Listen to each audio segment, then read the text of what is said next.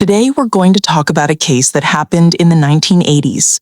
This was originally an unsolved mystery, but after nearly 30 years, a detective thoroughly reviewed the file and decided to reopen the investigation, leading to a major breakthrough. This case is the Karin Strom murder, a real-life event documented in American judicial history, with details based on police records, court proceedings, and reputable media like Oxygen, Desert News, and NBC News. The victim and her life. The main character in this story is Karin Saltzgiver Strom, who was 25 years old at the time.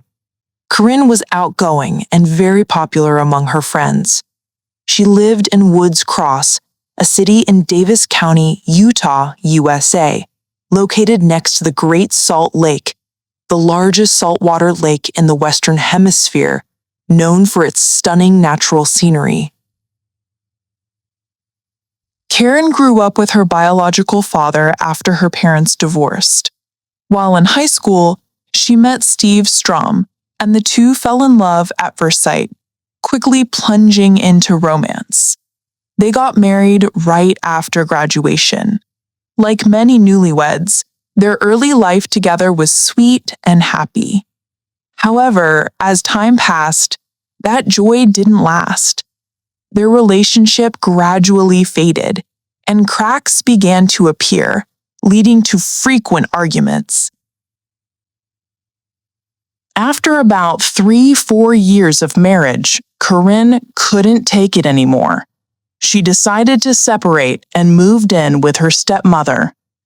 During the separation, Karin started dating a friend named Buff Kinney, who brought her joy and emotional support. The fateful day. However, not long after, a tragedy befell Karin.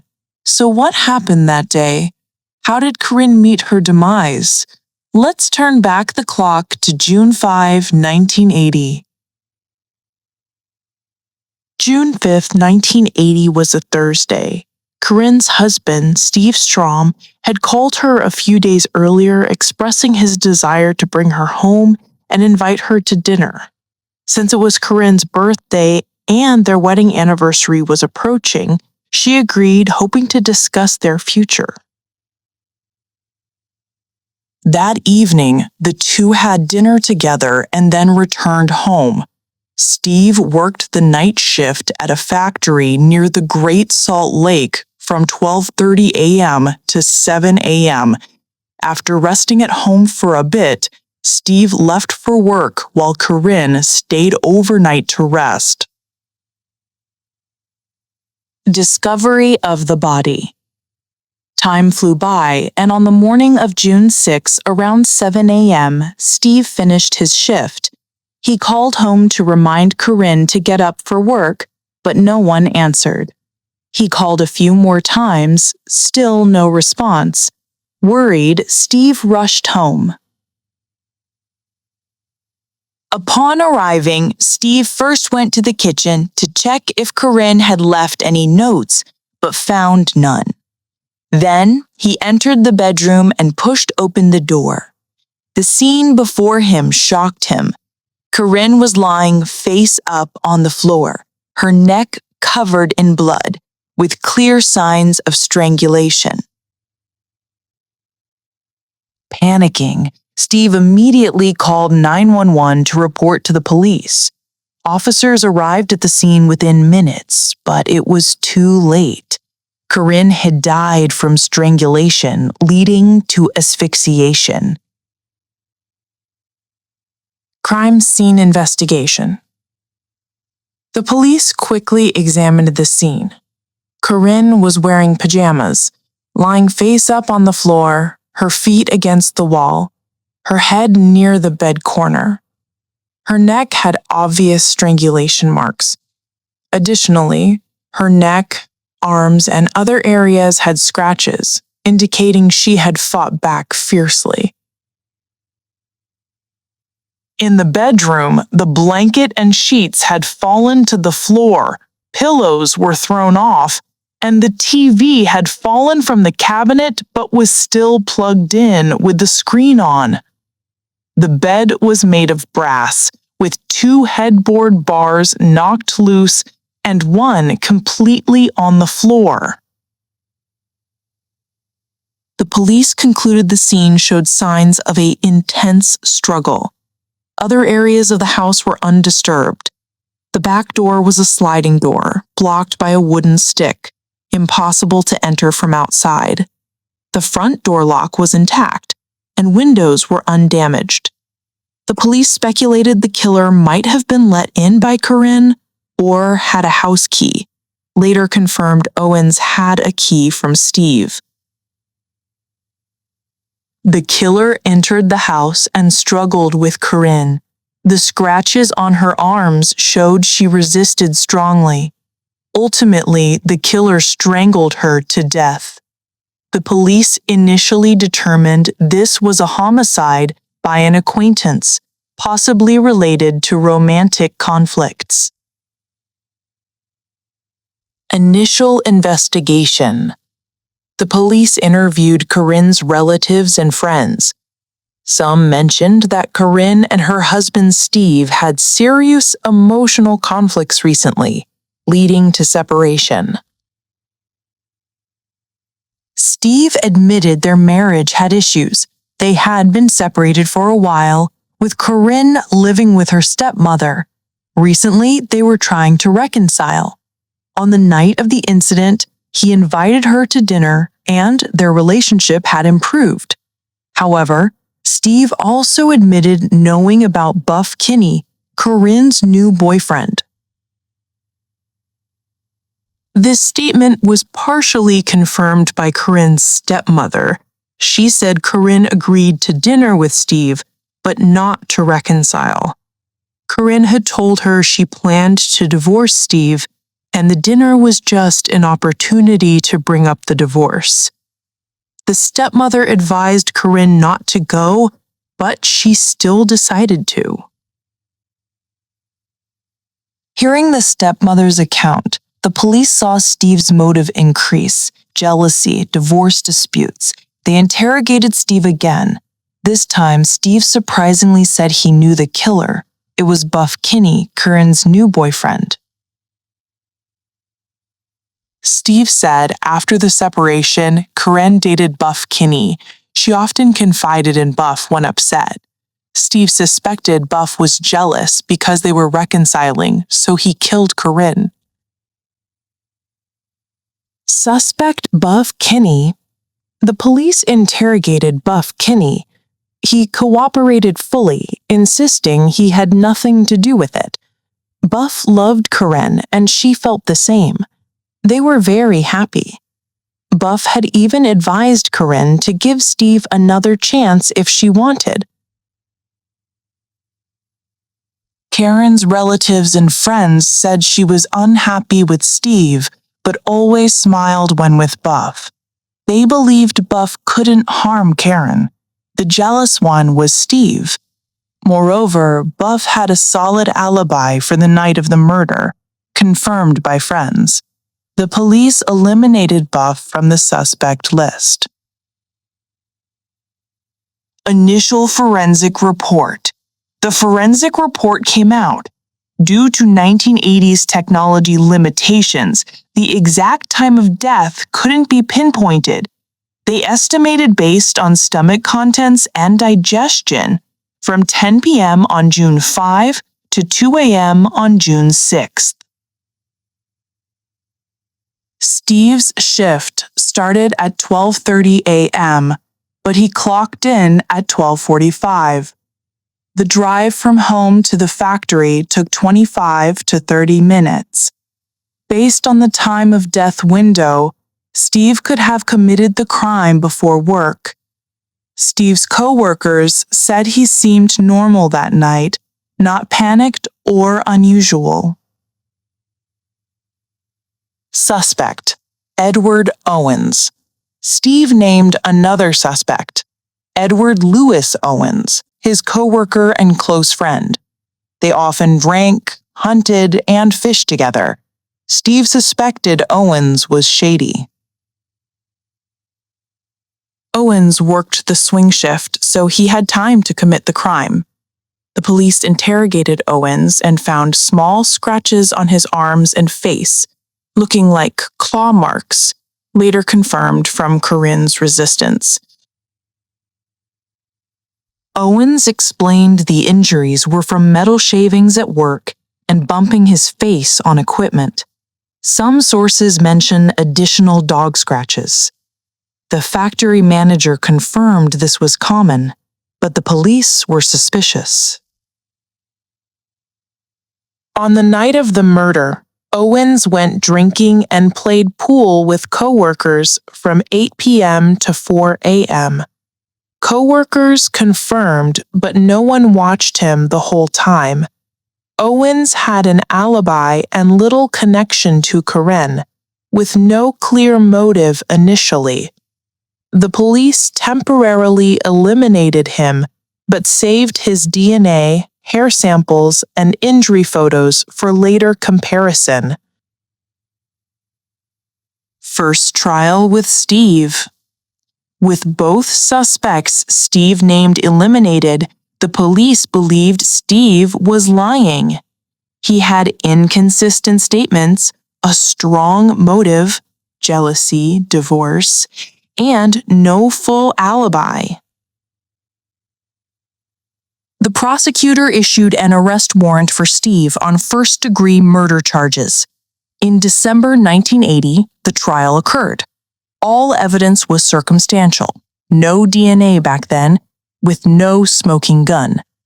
The court declared Steve not guilty and released him on the spot due to lack of evidence. Karin's family was disappointed. The case became a cold case. Family's efforts. Karin's sister, Karin Saltzgiver, didn't give up.